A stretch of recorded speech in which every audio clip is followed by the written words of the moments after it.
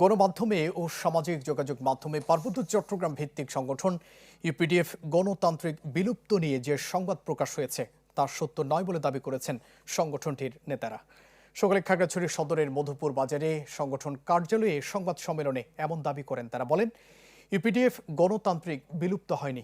সাংগঠনিক স্বার্থবিরোধী কর্মকাণ্ড ও মাদক কারবারে জড়িত থাকায় তোপের মুখে পড়ে কেন্দ্রীয় সভাপতি শ্যামল কান্তি চাকমা সহ কয়েকজন জেএসএস সন্তু গ্রুপে চলে গেছেন।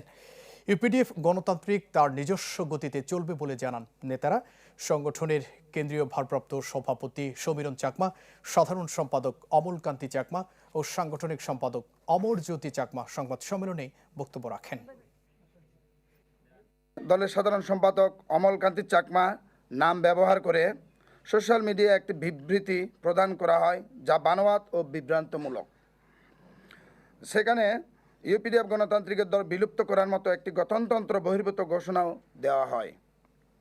কেন্দ্রীয় কমিটি থেকে শ্যামল কান্তি চাকমা ও মিতন চাকমা ব্যতীত বাকি সকল সদস্য বর্তমানে খাগড়াছড়ি জেলায় অবস্থান করছেন।